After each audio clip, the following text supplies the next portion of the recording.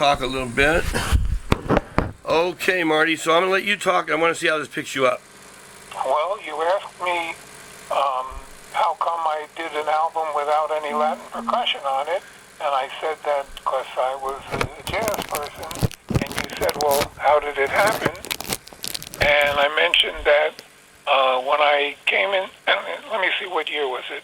1957. 57? I was 6 years old. I came into New York. Wow.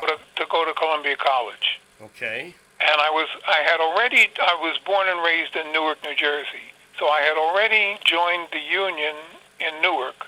Not because there were any gigs. I never did any gigs, but my trumpet teacher there was so proud of how well I had done that he wanted to bring me down to the union and show me off a little bit. Who was your teacher? A fellow named Sam Jacoby.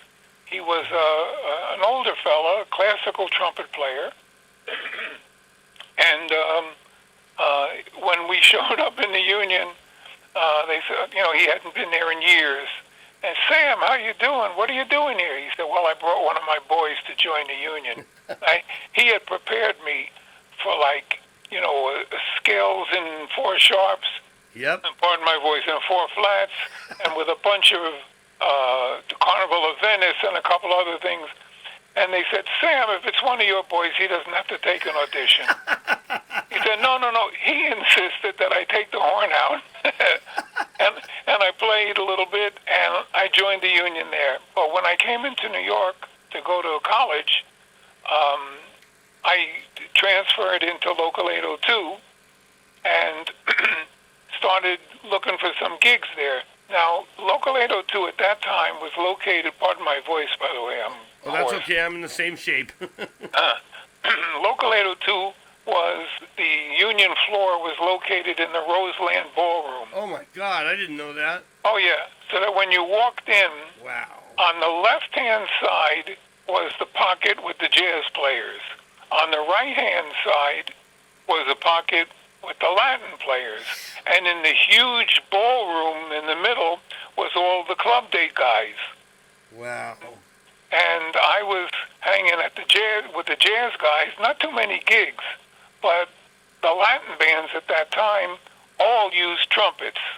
Sure. And the word would filter into the jazz area of, hey, we need a trumpet player for a Friday night or for a Saturday night. Got to be somebody who can read, and they didn't mention anything about soloing, but somebody who can read. Sure. So I said, hey, I can read. So I took a gig, and one thing very quickly led to another, and I met a bunch of really terrific people in my life that brought me into the world of that kind of music, because I had no idea what that music was about. Tell me about some of them. Tell me about some of the names of the people you met. Guys, the main 2 guys were Louis Ramirez, wow, and a conga player, Frankie Malave. Oh my God! Okay, good. This conversation's gonna take a while. Yeah, and through them, I got to really learn the music. Frankie and I, we both of those guys and I became very, very friendly. Wow. And Frankie and I were very friendly to the point where he enjoyed jazz, and I found out that I really enjoyed Latin music. I had no concept of what that music was like. I thought it was the Miami Beach rumba that you would play at weddings. But when I played the first gig with one of those bands, I said, wow, that's pretty weird. The bass doesn't play on the 1. And it took, but you see, the first instrument that I played as a youngster, when I was about 10 years old, was snare drum. And I always had, a friend of the family's was a professional drummer, and he taught me, and I picked up really quickly. I seemed to have a natural inclination toward rhythm and time. Well, I was told that you, maybe I'm wrong, but I was told that you were a hell of a campanero. Well, yeah, I could play it very well. That's what I was told, and I like to think that I'm halfway decent at it. A few people have told me that, but I'm mostly a Guido player. But that's where there's a lot of parallels between us, except that I think I'm young enough to be your son. I'm only 65. Yeah. Well, And how old are you now, Marty? 75. Oh, yeah, actually, you only got 10 years on me. Okay. Yeah, and but through Frankie Malabé and Louis Ramirez. I mean, Frankie Malabé is one of my heroes. I don't know whether you've ever heard of Pancho Roman. Yes, I have. Well, Pancho Roman is a very dear friend of mine, and Frankie Malabé was his mentor. Ah, okay. Frankie was terrific, man. Oh, He was. From what I understand about him, he was like the cat. Oh, yeah, at that time he was. I met him, let me see, the first summer that in college, the first summer gig that I ever had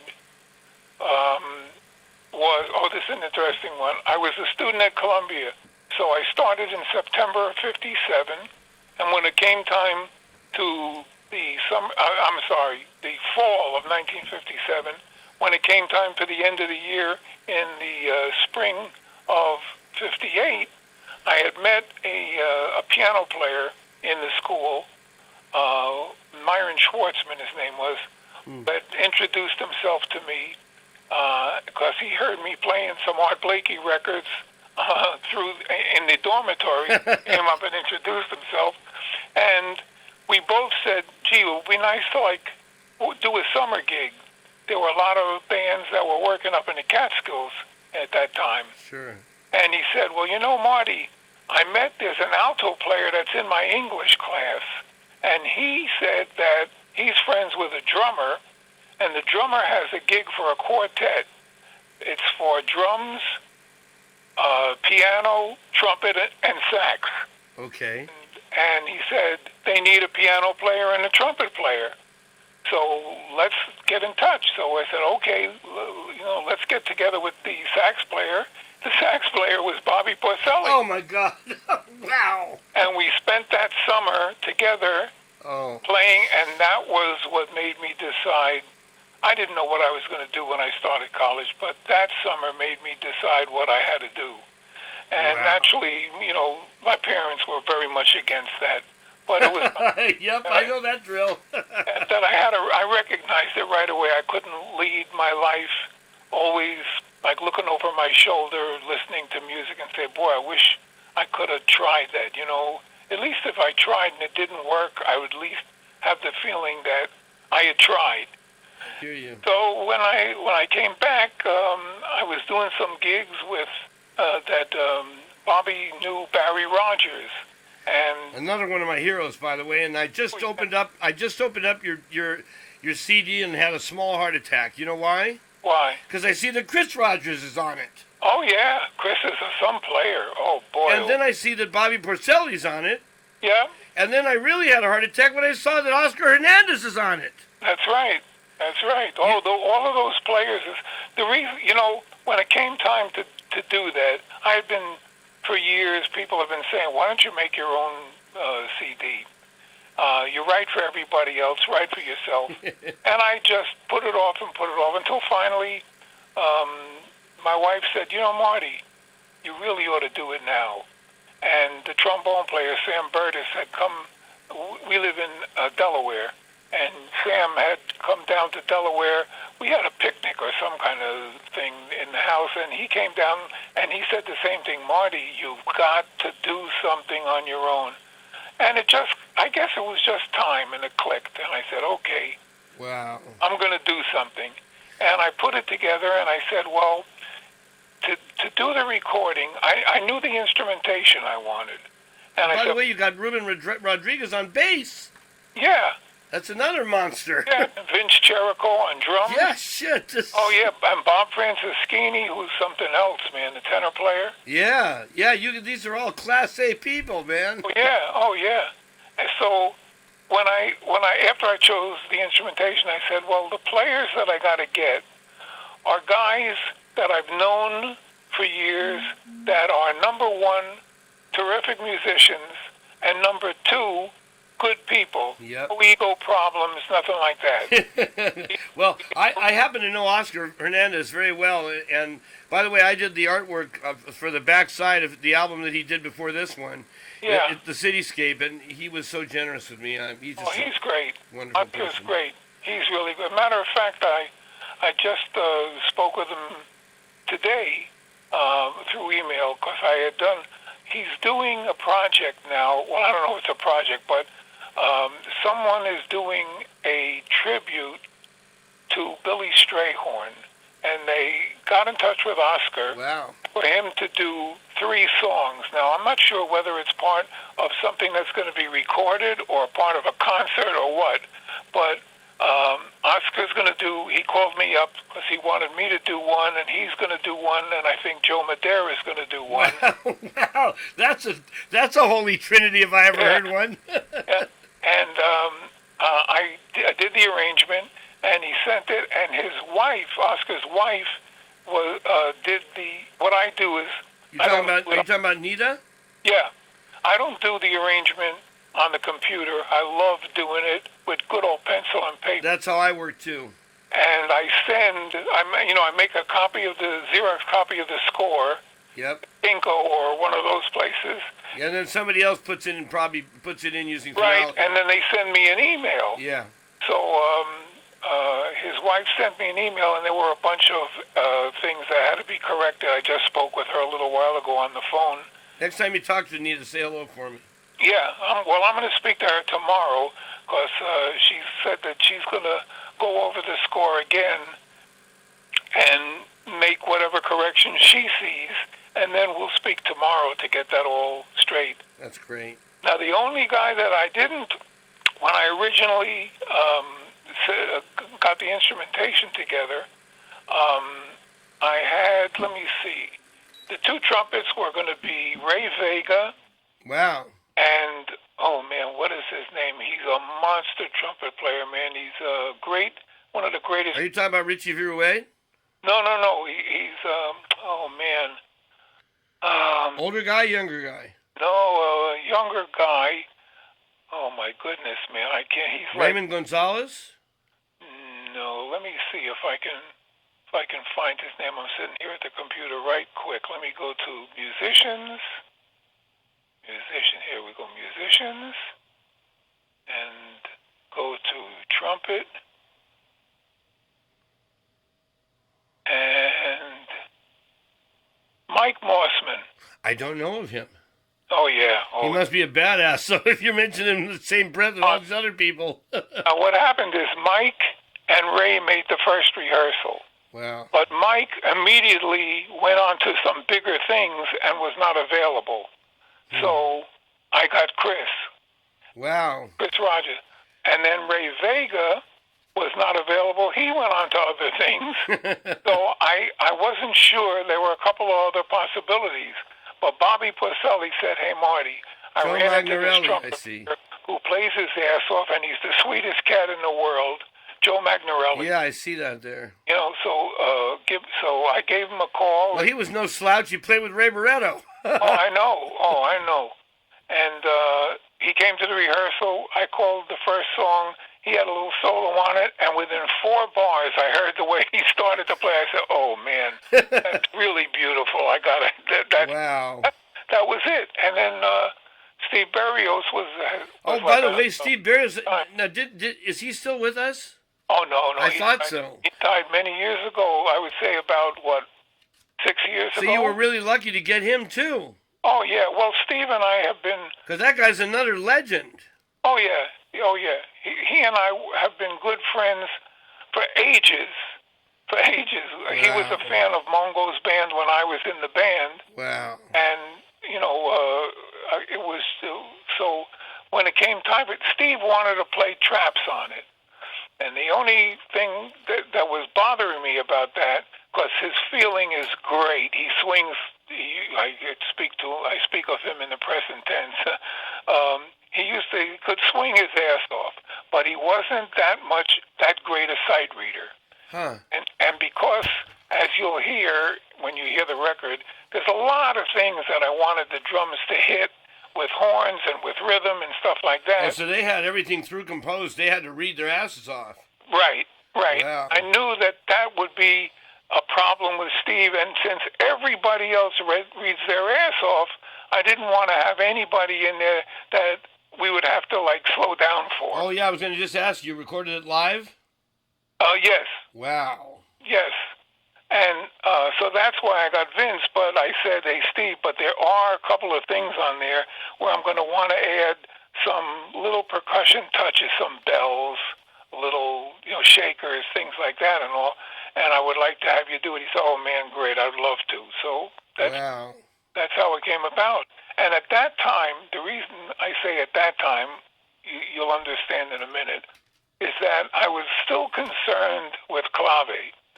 So even though it's a jazz record, but with a little Latin kind of feel, it's all in Clave. I'm with you. But now I have since I'm doing, that was a number of years ago, 7 years ago or so. And as I've developed and started, I've continued writing for the group. Maybe once or twice a year. Really? I find out when everybody's available. I go up to New York and we have a rehearsal and we play new stuff. Are you hopefully going to do another recording? I can't afford it. Shit. As a matter of fact. Wait a second. I want to take issue with that. Why can't you afford it? These days we're doing recordings in people's garages. Yeah, no, but not with a whole band like that. You got 5 horn, 2 trumpets, yeah, that's alto true. and tenor, piano, bass, and drum. How the hell are you going to pay all those guys, right? As a matter of fact, here's an interesting one. When we did the recording, I had a whole lot of material, and because this is a real, how can I say it, an honor for me, that the guys enjoyed playing the music so much that when it came time to record, they said, look, let's record everything. So we spent a lot of different days. Wow. I had saved up some bread, a lot of bread to do that, and we recorded 2 albums worth of music. Wow. And what I did is the one that you have is I picked out songs. It wasn't a matter of which one came out better. Everything came out great. But I said, well, let me pick out songs that each have a different kind of a rhythmic groove to it, so there'll be a nice variety on it, and that's what I'll put out first. So that's the one. I got another one in the can. Well, that's what I was going to ask you. Now, if that one's in the can, has it been fully developed? I have a reason for asking, because I'm hoping that you'll let me do the artwork. Well, no, you know what? It's been mixed, but it hasn't been mastered. And I just can't see investing the money to, number one, get it mastered. Number two... How expensive can it be? I know somebody can do your mastering, and I bet you I could talk him into doing it very reasonably. Well, but it's not only that. But then you want promotion, and you want airplay and all of that. I can help you with that, too. And that's, like I say, that's expensive. And the airplay's not expensive because that's payola. I actually know the disc jockeys on the stations here in L.A. They're friends. I go to their shows all the time. In fact, I've been promoting this guy, Jesus Pagan. But you see, when you hear that, you'll understand why it's not really for Latin stations. It's for jazz stations. Oh, you got a real problem there. I know. Oh, there are hardly any jazz stations left. Yeah, I know. That's okay. So I've got, I've got that. But the main thing is, I'll tell you, Gary, my real joy is hearing the new stuff that I write. I can imagine. And that's where I'm at right now. I don't plan to work, I never planned to. We did one gig with that band. It was at a college in Manhattan. Wow. Where the guy that I mentioned earlier on, Myron Schwartzman, who was the piano player who introduced me to Bobby Porcelli, we were all students at Columbia. Myron retired now. He was an English professor at Baruch College in Manhattan. Wow. And they had a Milt Hinton Jazz Festival once a year at the college while he was there. And one year, when my CD was coming out, he said, man, why don't you do a concert here at the college? and that was the one gig that we did. But I don't play. I live in Delaware, Newark, Delaware. Really? Yeah, and I have, at this point in my life, I got a wonderful wife. We're very happy down here, and I'm not ready to go on the road and start. And plus the fact that in order to do a gig, I would have to have a certain level player. These guys be paid properly, and they got to be in the country at the same time. Yeah, Oscar's having the same problem. Yeah, because when your standards and his standards, they're so high. Of course, they have to be high because you're used to that. You don't want to. You've been driving a Rolls Royce. You don't want to downgrade to a tricycle. I get it. Right. So, as a matter of fact, when I get enough material, which means like maybe 7 or 8 new songs, that's when I think about getting another rehearsal together. And man, what a crossword puzzle it is to call up all the guys and find out, number one, when are they going to all be in New York? Number two, what day would they all be available and at what time? Yep. And they all, and thank goodness, man, I love the way they play, and they really dig playing the music. So they'll do things like do whatever they can to arrange their schedule to do the rehearsal. But I told them in advance, I don't want you to turn down a gig, man, Sure, of course. So I don't want to go through that. If there's a gig and a couple of, like if one guy can't make it, okay, we'll find a sub. Matter of fact, the main guy that I started the whole thought of doing all this was Bobby Porcelli. Huh. And he's one of the main guys that I want because I just love his playing. You and everybody else. So he couldn't make one of the rehearsals, and Bob Franceschini, not Bob. When Oscar moved out to California, I got Bill O'Connell to make the rehearsals on piano, and Bill said, "Man, Steve, what's his name? Great alto player, man." Oh, wait, I'll get his name for a second. I was thinking of Steve Teray, but he's not an alto player. He's a trombone player. No. Let me get this on the list here. I got the list again. Musicians. This is somebody I don't know for sure. Steve Slagle. Huh. Great player, man. Great player. You're telling me about some people I know that are killer that I've never heard of, and I'm embarrassed. Yeah, well, Steve made the rehearsal, but if more than 2 guys couldn't make a gig, if I had some gigs, I wouldn't want to get somebody that is not quite up to it. Because there was a time when I did Bob Franceschini, who's a great tenor player. When he couldn't make it, I said, well, let me think, who can I get? And I'm not going to mention any names, but I got a guy who was really a terrific player, man, and all, but he just wasn't right for the group because I want somebody on that high level. Yeah, no, I hear exactly what you're talking about. Yeah, so, Let me tell you something. I mean, I consider myself a pretty good musician. Oscar will never call me because I'm not first tier. Harry Kim is first tier. Harry Kim's a trumpet player here. He's a dear friend of mine. And when Oscar plays here, he uses Harry. And if he called me, I'd question his mental acuity. Mind you, I consider myself pretty good, but I'm not at that level. That's what it is. Yeah. You gotta, when you know exactly what you want to hear, that's what you gotta hear. Yeah. And there aren't that many cats that can do it. Yeah. And like I said, I know there are several guys that I know that, like when Oscar can't make it anymore, Bill O'Connell would be perfect, and he can make it. Yeah. But there, like if Vince Cherico couldn't make it, there's another drummer whose name I can't remember right now. Let me see. I'll go back to my list. Yeah, I'd be interested to know who that is. To give you an idea, let me see. Musicians. Here we go. Drums. Robbie Amin. Oh, yeah. No, I know who that is. That guy's a monster. Yeah, he would be great. Yeah. Be great. So there's certain guys. If Bill O'Connell couldn't make it, I try to get Larry Willis if he's available. Oh man, that's another monster. He's an old friend, Wow, I have a recording with him and Jackie McLean that I've worn out. Yeah. So there are certain guys that if somebody couldn't make it, you know what I mean? There's somebody that I would have on the list that if they would be available, okay. Yeah.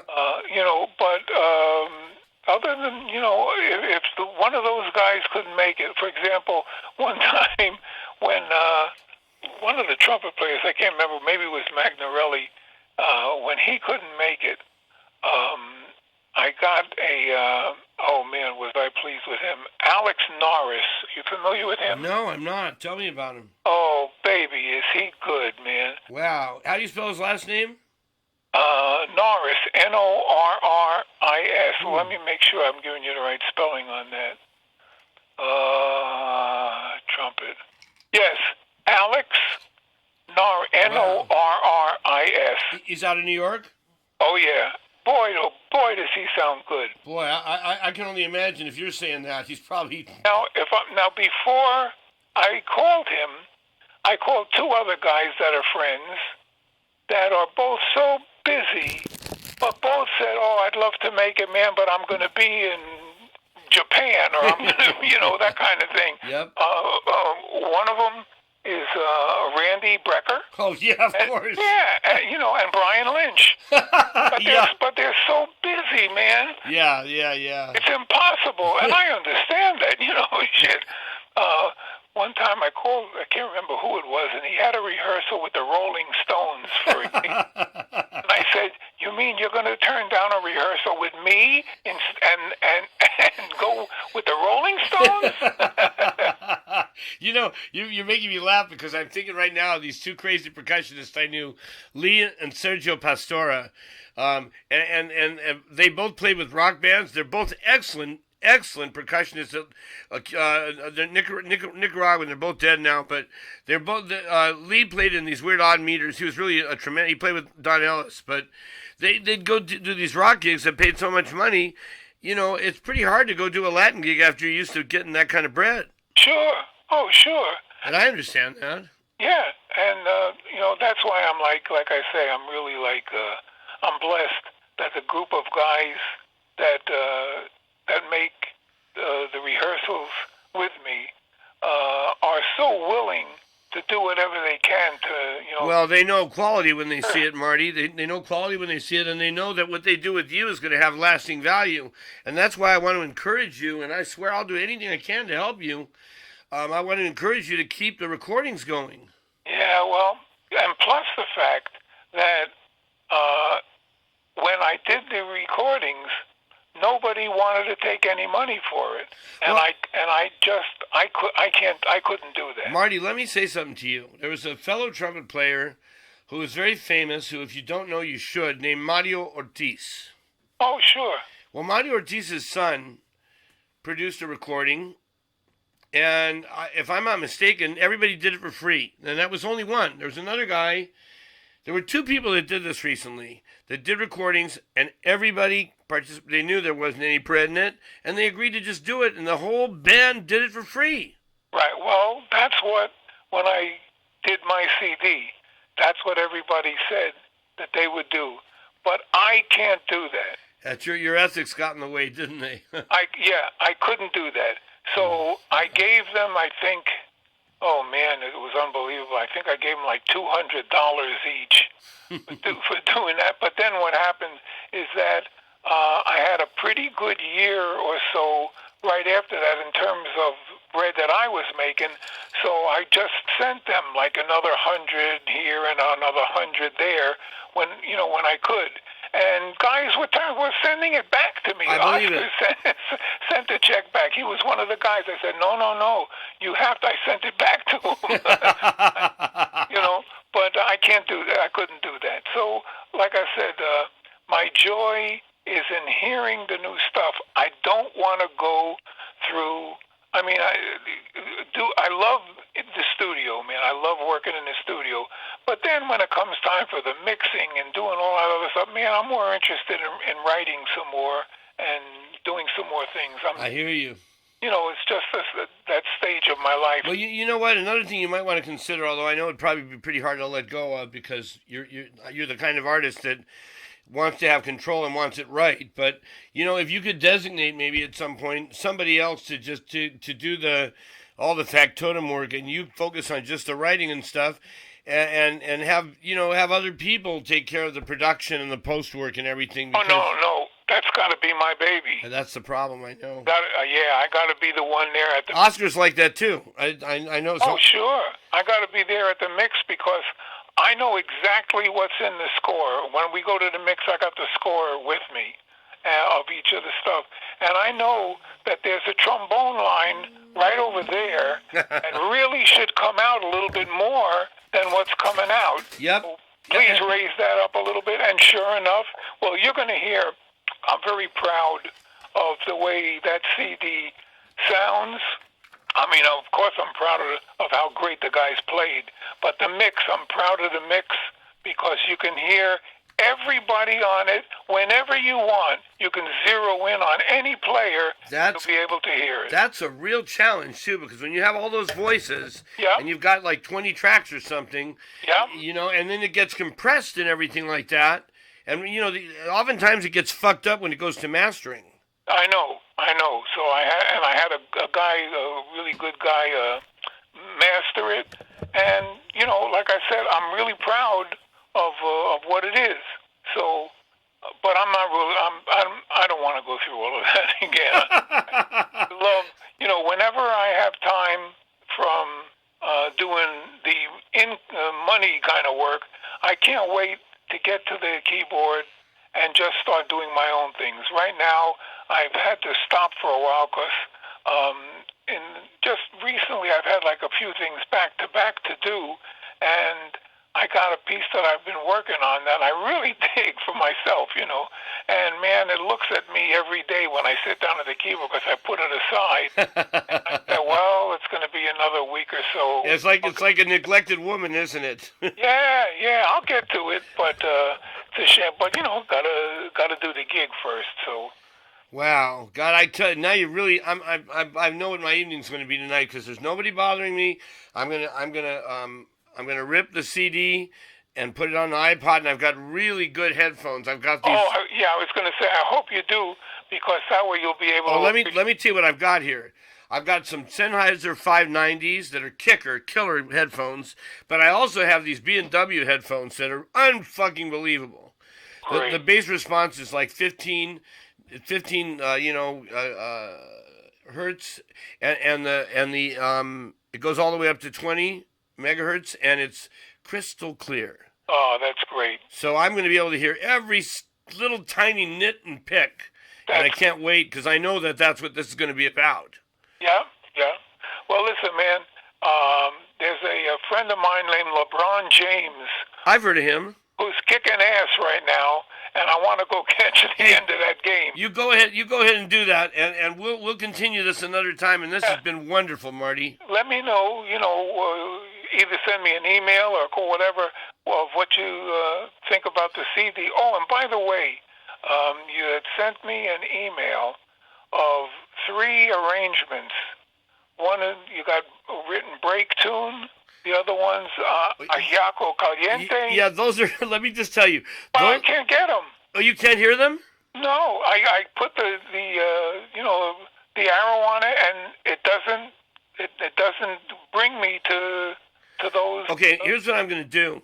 Have you ever downloaded from either Dropbox or you send it? No.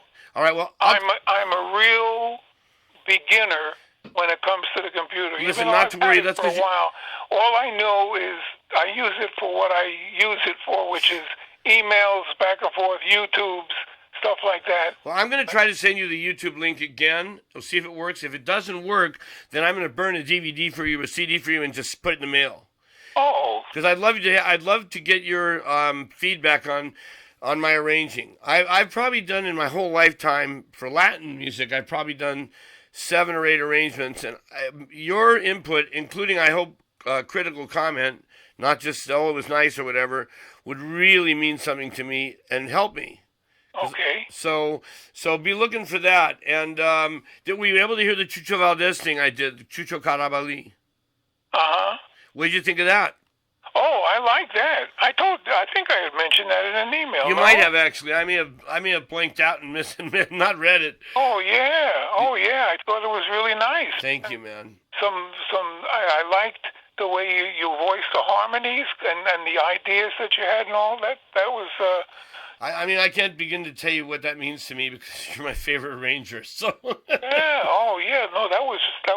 You know, it's a shame that there's not enough recognition for guys like us who are under the radar. You know. Yeah, it's true. But shit. Well, I was happy to. I did get to go to the Grammys. We got nominated. We lost to Tito Puente, which wasn't such a terrible thing. And you know what? I got the biggest thrill I got was what? I got to give directions to Al McKibben. And he is a sweetheart. I mean, we were in the booth together, and I'm going, what the fuck? They're asking me to tell you what to play and when to play it? Yeah. Yeah, I've heard from a few people that he was a really nice cat. Oh, man. And his stories, he has stories forever. And just one of the sweetest people you'd ever want to meet, man. God, I feel so honored and lucky. There were two bass players. He was one. The other one was Humberto Canet, who used to play with Sonora Matancera. Uh-huh. And he used to call me La Clave because I make my own claves, and I always play claves in the bands with him. Oh. And in fact, you know what? One day I'm going to send you a pair of claves that I made because I make them out of cocobolo rosewood.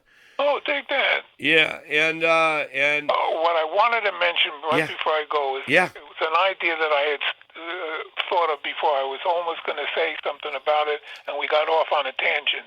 When I said that, when I did that CD you have, I was still concerned with Clave because of my whole history being very concerned, because I was brought up with the right cats, Malave. I'll say you were. Yep. I was very into knowing, what that's all about, and then playing with Mongo for all those years, But when I did that CD, I was still interested in making sure everything was in Clave. Since then, the writing that I've been doing, I'm taking another approach. It's the same instrumentation, no Latin percussion.